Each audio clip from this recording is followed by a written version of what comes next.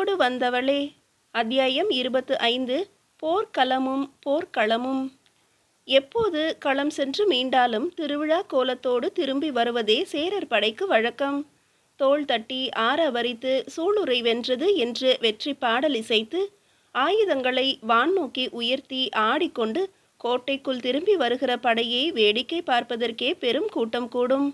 அரசனும் வெற்றி பெற்ற வீரர்களின் தகுதிக்கு ஏற்ப முத்து மாலைகள் பரிசளிப்பான், அணிமணிகள் அள்ளி தருவான், பகை புலத்தில் கவர்ந்து வந்த செல்வங்களை பகிர்ந்தளிப்பான். வீரர்கள் போரில் பெற்ற விழுப்புண்களுக்கெல்லாம் தனது புன்னகையால் புகழுரையால் மருந்து பூசுவான். அப்படி ஒரு ஆனந்தம்தான் கிடைத்திருக்க வேண்டும் இந்த வியலூர் போரிலும். ஆனால் தரையில் கண்டெடுத்த புதையலை கடலில் தொலைத்தது போல கோட்டையை கொடுத்துவிட்டு படைத்தலைவனை எடுத்து கொண்டது வியலூர். அந்த சோகத்தின் ரேகைகள் முகத்தில் படிய, அந்த வேதனையின் ஓலத்தை மௌனத்தின் முரசடிக்க, வெற்றி தோல்வி இரண்டுக்கும் இடைப்பட்ட நடை நடந்து தொண்டி வந்து சேர்ந்தது சேரன் படை. அமைச்சர்களும் படைத்தலைவர்களும் ஆசானும் நிமித்திகனும் அவசர ஆலோசனை மண்டபத்தில் நெருக்கமாகவும் புழுக்கமாகவும் அமர்ந்திருந்தார்கள். எதையோ பேச தவித்து, ஆனால் எதையும் பேச முடியாமல் மன்னன் வருகைக்காக கை பிசைந்து காத்திருந்தார்கள். தொண்டியின் வரலாற்றில் இப்படி ஒரு கூட்டம் கூட்டப்பட்டதே இல்லை. போர் முடிந்து திரும்பினால் கோட்டைக்குள் வெற்றி விருந்துதான் நிகழ்ந்திருக்கிறதே தவிர வேதனையின் நிழல் விழுந்ததில்லை. சிறுநடை நடந்து சேரலாதன் வந்தான். கண்ணுக்கு தெரியாத சோக கயிறொன்று அவன் கால்களை பின்னுக்கு இழுப்பது போல தயக்கமும் தளர்ச்சியும் இருந்தன அவன் நடையில். மெல்ல வந்து தன் ஆசனத்தில் அமர்ந்தான். பார்வையை சபையில் பரப்பினான். எல்லா கண்களும் அவன் கண்கள் மீதே விழுந்து கிடந்தன. சபையிலிருந்து தன் கண்களை கழற்றி வானம் பார்த்தான். எதையோ சிந்தித்து இமை கவிழ்ந்தான். தனக்கு கவரி வீச வந்தவர்களை கை காட்டி அப்புறப்படுத்தினான். எந்த கவரி கொண்டு வீசினால் என்ன? இதயத்தின் புழுக்கம் போகவா போகிறது? யாரும் பேசவில்லை. அவர்களாய் வாய் திறக்க வாய்ப்பில்லை என்பதை அறிந்த மன்னன் சற்றே நிமிர்ந்து அமர்ந்து சபையை முழுக்க தன் வசமாக்கினான். உம்பர்காடன் இல்லாத சபையில் முதலாய் உட்கார்ந்திருக்கிறோம். சேரலாதன் குரலில் இழையோடிய ஒரு சோகம் அங்கிருந்த அத்தனை பேரின் விழாவையும் அறுத்தது. அரசர் மனமுடைய தேவையில்லை. உம்பர்காடனை அவர்கள் கொண்டு சென்றது பொருது பெற்ற வெற்றியால் அல்ல, புறம் காட்டி பெற்ற வெற்றி. அரசனை தேற்றுவதற்கு ஆசான் ஆறுதல் கூறினார். அமைச்சர் அவரை இடைமறித்தார்.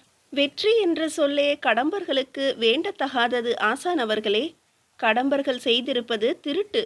திருடன் வெற்றி பெற்றான் என்று செப்புவது மரபன்று. ஆறுதல் சொல்வதில் ஆசானை வென்றுவிட்டார் அமைச்சர். ஆனால் அவர்களது ஆறுதல் அரசனுக்கு போதுமானதாக இல்லை என்பதை அவனது புன்னகை சொல்லியது. பொருது கொண்டு சென்றாலும் திருடி கொண்டு சென்றாலும் போனது போனதுதானே. பகைவன் எப்படி கொண்டு சென்றான் என்பது பொருட்டல்ல, எவரை கொண்டு சென்றான் என்பதே பொருட்டு. அரசன் சொன்னதில் ஆசானும் அமைச்சரும் வார்த்தை இழந்து நிலம் பார்த்தார்கள். இப்போது ஒரு படைத்தலைவன் எழுந்தான். ஆணையிடுங்கள் மன்னா. கடலுக்குள் குதித்து அந்த கள்ள கடம்பர்களை அழித்து படைத்தலைவனை மீட்டு உங்கள் துயரம் துடைக்கிறோம். நம்மை வியலூரை விட்டு வெளியேற சொல்லுகிறான் கடம்பன். அவனை இந்த வியனுலகத்தை விட்டே வெளியேற்றி விடுகிறோம். மன்னர் கடலுக்குள் இறங்க வேண்டியதில்லை, கட்டளையிட்டாலே போதும். எங்கள் படைத்தலைவரை உயிரோடு கொண்டு வந்து ஒப்படைக்கிறோம். அல்லது அந்த கடம்பர்களின் பிணங்களை கொண்டு வந்து தொண்டியின் கோட்டை சுவர்களில் தொங்க விடுகிறோம். அவனது வீர உரை கேட்டு சேரலாதனுக்கு உள்ளூர சிறிது சிலிர்ப்பு ஏற்பட்டாலும் அவன் வாய்மொழியை முழுக்க வழிமொழிய முடியாதவனாய் உதடு பிதுக்கி இப்படியும் அப்படியும் தலையசைத்தான். அந்த இடத்தில்தான் உங்களுக்கும் எனக்கும் வேறுபாடு விளைகிறது. இப்போதுள்ள சிக்கலுக்கு தீர்வு கடம்பர்களை பிணமாக கொண்டு வருவது அல்ல. எனக்கு வேண்டியதெல்லாம் கடம்பர்கள் கொல்லப்படுவதோ வெல்லப்படுவதோ அல்ல. எந்த விலை கொடுத்தும் உம்பர்காடனையும் புலவரையும் உயிரோடு கொண்டு வருவது, அதுதான் எனக்கு வேண்டும். சேரலாதனின் குரலில் இருந்த உறுதியும் துடிப்பும் உம்பர்காடன் மீது அவன் உயிரையே வைத்திருக்கிறான் என்பதை உணர்த்தின. அதற்கு மேல் ஒரு வார்த்தையும் பேசாமல் ஊமையாக இருந்த சபையின் மௌனத்தை ஆசானே கலைத்தார். உம்பர்காடன் உயிர்தான் முக்கியமெனில் வியலூரை விட்டு விடுவதற்கு வேந்தர் சம்மதிக்கிறாரா? அவரது கேள்வி சேரலாதனுக்குள்ளே சின்ன கோபத்தை தூண்டிவிட்டாலும் உணர்ச்சிகளை உள்ளுக்குள் ஒளித்து கொண்டு உதடுகளின் ஓரத்தில் ஒரு சின்ன சிரிப்பை சிந்தினான். வியலூரை விட்டுத்தர சம்மதித்து இருந்தால் வியலூரை விட்டு வெளியேறுகிற போதே விட்டு வந்திருக்க மாட்டேனா? வியலூர் என் மானத்தோடு தொடர்புடையது. உம்பர்காடன் என் உயிரோடு தொடர்புடையவன். எதற்கு எதை விட்டுவிட சொல்கிறீர்கள்? உயிருக்காக மானத்தையா, மானத்துக்காக உயிரையா? ஆசானின் வாய் அடைக்கப்பட்டது கண்டு அந்த சபை உள்ளுக்குள் கைத்தட்டி கொண்டது. அதை உதடுகளின் ஓரத்தில் மட்டும் ஓசை இல்லாமல் வெளிப்படுத்தியது. எங்கள் அரசர் படைத்தலைவர் மீது இவ்வளவு பாசம் பூண்டிருப்பது கண்டு இந்த சபையே பெருமிதத்தால் நெஞ்சு நெகிழ்ந்து நிற்கிறது. தங்கள் அங்கங்களாக இருப்பதற்கு நாங்கள் பேறு பெற்றவர்கள். அமைச்சரின் வயதான கண்களிலிருந்து சில உப்பு முத்துக்கள் உருண்டு விழுந்தன. அதை கவனித்த சேரலாதன் கண்களிலும் ஈரம் படர்ந்து இறங்கியது. நெருப்பு என்பது வைத்தவுடன் தான் பற்றி கொள்கிறது. கண்ணீர் என்பது பார்த்தவுடன் தொற்றிக்கொள்கிறது. கண்களில் தூசு விழுந்து அதை துடைப்பது போன்ற பாவனையில் சொட்டிய கண்ணீரை சுண்டி எறிந்த சேரலாதன் தன் உணர்ச்சிகளையும் ஒதுக்கிவிட்டு உரத்த குரலில் பேசினான்.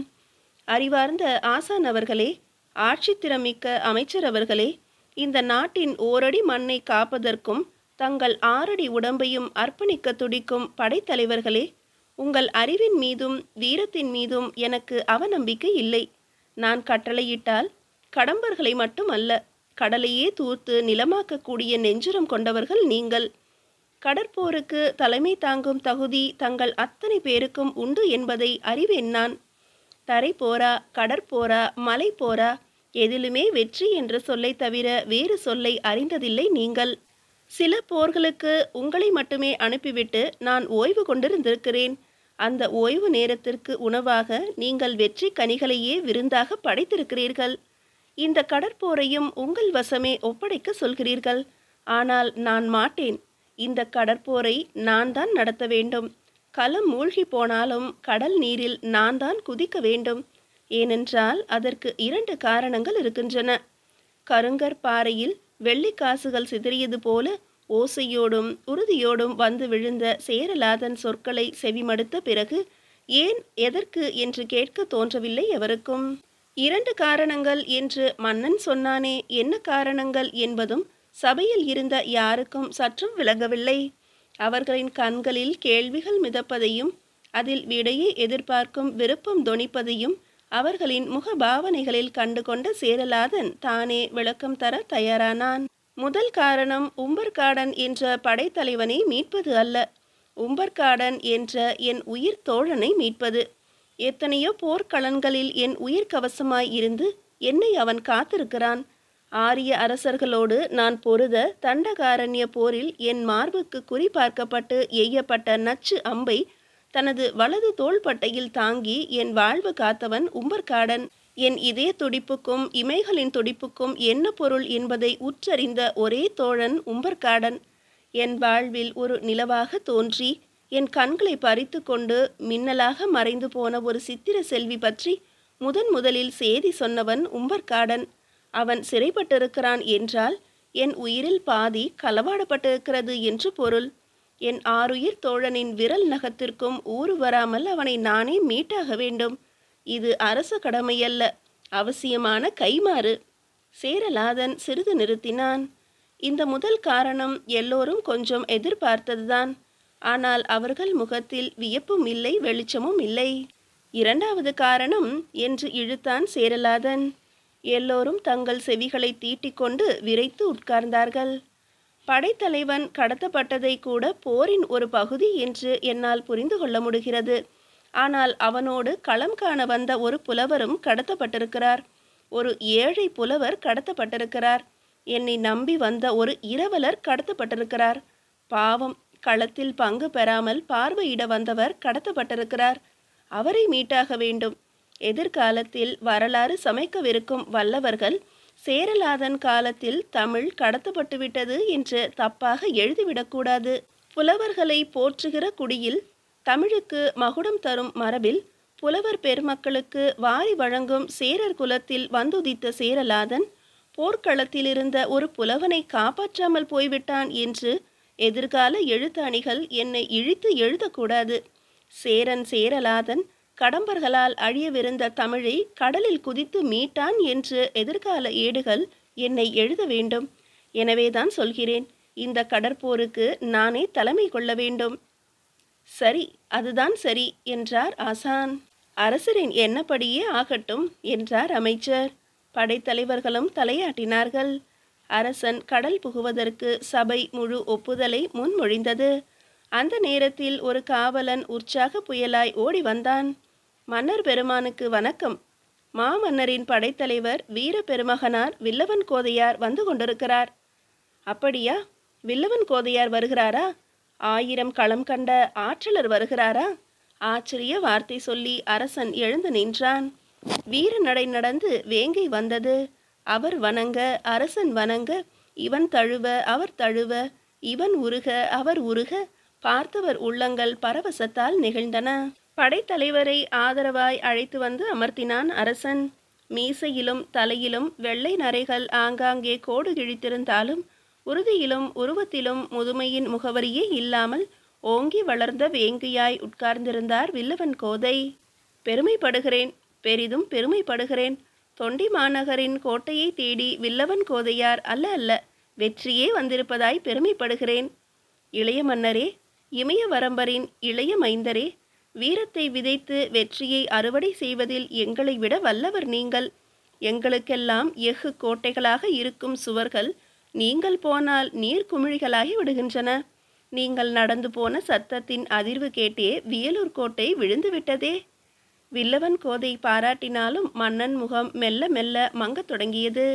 வியலூர் கோட்டை வீழவில்லை வில்லவரே, அது விழுந்தது போல விழுந்து கடலுக்குள் எழுந்து நிற்கிறது. வில்லவன் கோதை மீசைக்குள் மெல்ல சிரித்தார். நீங்கள் தரையில் நடந்தீர்கள், அவர்கள் தண்ணீருக்குள் விழுந்தார்கள்.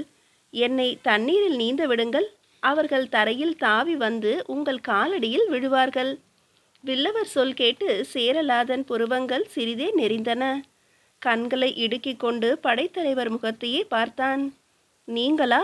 கடற்போரை நீங்களா நிகழ்த்தப் போகிறீர்கள்? அவன் குரலில் இருந்த பதற்றத்தை உள்ளுக்குள் ரசித்த வில்லவன் கோதை, ஏன் போர்க்களம் எனக்கு புதிது என்கிறீர்களா என்றார் புன்னகையில் எள்ளல் துள்ள. போர்க்களம் வில்லவருக்கு புதிதில்லை, சேரலாதனுக்குத்தான் புதிது என்று கருதுகிறீர்கள் போலும். சேரலாதன் குரலில் சினத்தின் தொனி இருந்தது. கடற்போர் உங்களுக்கு புதிது என்பதனால் வில்லவா போய் வா என்று விடை தந்தார் மாமன்னர். மாமன்னர் பெயரை உச்சரித்தவுடன் கொதிக்கும் பாலில் தண்ணீர் சொட்டு விழுந்தது போல தணிந்தான் சேரலாதன். இருந்தாலும் தான் கொண்ட கொள்கையை விடாதவனாய், மாமன்னர் கருத்தை மதிக்கிறேன், ஆனால் ஒன்றை உணர்த்த விரும்புகிறேன். கடற்போர் எனக்கு புதியதாயிருக்கலாம், ஆனால் எனக்கு கடலும் புதிதல்ல, போரும் புதிதல்ல. புரிகிறது, ஆனால் தரைப்போர் உத்திகள் வேறு, கடற்போர் உத்திகள் வேறு. உத்திகள் வேறு வேறு என்கிற போதும் உத்திகளை உருவாக்குகிற புத்தி ஒன்றுதான் வில்லவர் அவர்களே. அவன் வாதத்தையும் பிடிவாதத்தையும் நினைத்து மனதுக்குள் மகிழ்ந்து கொண்ட வில்லவன் கோதை, மாமன்னர் சொன்னதை சொன்னேன், மற்றபடி இளைய மன்னர் விருப்பம் என்று இழுத்தார். சேரலாதன் சற்றே சிந்தனையில் ஆழ்ந்தான். மாமன்னரை மறுதளிக்கவும் முடியாது. கடற்போருக்கு வில்லவரை அனுப்பிவிட்டு தான் கடற்கரையை காவல் காத்து கொண்டிருக்கவும் முடியாது. முடிமன்னரையும் நிறைவு செய்தாக வேண்டும், தான் எடுத்த முடிவையும் நிறைவு செய்தாக வேண்டும். இரண்டுக்கும் மத்தியில் ஒரு முடிவெடுக்க வேண்டும் என்று முடிவெடுத்தான். வில்லவரே, வீரர் தலைவரே, கடம்பர்களை வெற்றி கொள்ளும் கடற்போருக்கு நான் தான் தலைமை கொள்ளவிருக்கிறேன். நீங்கள் துணை இருக்க வேண்டும், தோள் கொடுக்க வேண்டும். அந்த முடிவைத்தான் படைத்தலைவரும் எதிர்பார்த்தார். மன்னர் கட்டளையை மறுக்க மாட்டேன் என்று வில் வளைவது போல வளைந்து சொன்னார் வில்லவர். தான் எண்ணியதை அடைந்து விட்டோம் என்ற மகிழ்ச்சி சேரலாதன் நெஞ்சிலும் நிறைந்து வழிந்தது. தான் எண்ணி வந்ததை அடைந்து விட்டோம் என்ற மகிழ்ச்சி வில்லவன் கோதை நெஞ்சிலும் பொங்கி வழிந்தது. மறுநாள் சூரிய கதிர்கள் தண்ணீரை தங்கத் தகடுகளாக மாற்றி கொண்டிருந்த அதிகாலையில் காந்தலூரிலிருந்து புறப்பட்டு வந்த போர்க்கலன்கள் தொண்டி துறைமுகத்தில் வரிசை வரிசையாய் நின்றன. குளம் முழுக்க வாத்துக்கள் நிறைந்திருப்பது போல அந்த துறை முழுக்க போர்க்கலன்கள் மொய்த்து நின்றன. சேரலாதனும் வில்லவன் கோதையும் கலன்கள் வந்து நிறைந்த காட்சி கண்டு பரவசத்தோடும் பெருமிதத்தோடும் ஒருவரையொருவர் பார்த்து கொண்டார்கள். எப்படி இருக்கின்றன கடல் கிழித்து வந்த காந்தலூர் கலங்கள் என்ற படைத்தலைவர் தன் மீசையில் கை போட்டு சேரலாதனை ஓர பார்வை பார்த்தார். எல்லாம் சரிதான், ஒரே ஒரு திருத்தம் மட்டும் செய்ய வேண்டும். திருத்தமா? எல்லா கலன்களின் உச்சியிலும் விண்ணை தொட்டுவிட வேண்டும் என்று வெறி கொண்டு பறக்கின்றனவே விற்கொடிகள். ஆமாம், அவைகளை எல்லாம் இறக்கிவிட வேண்டும். என்னது? வில்லவன் கொதித்தார். சேரலாதனோ சிரித்தான். மீதியை அடுத்த அத்தியாயத்தில் காணலாம்.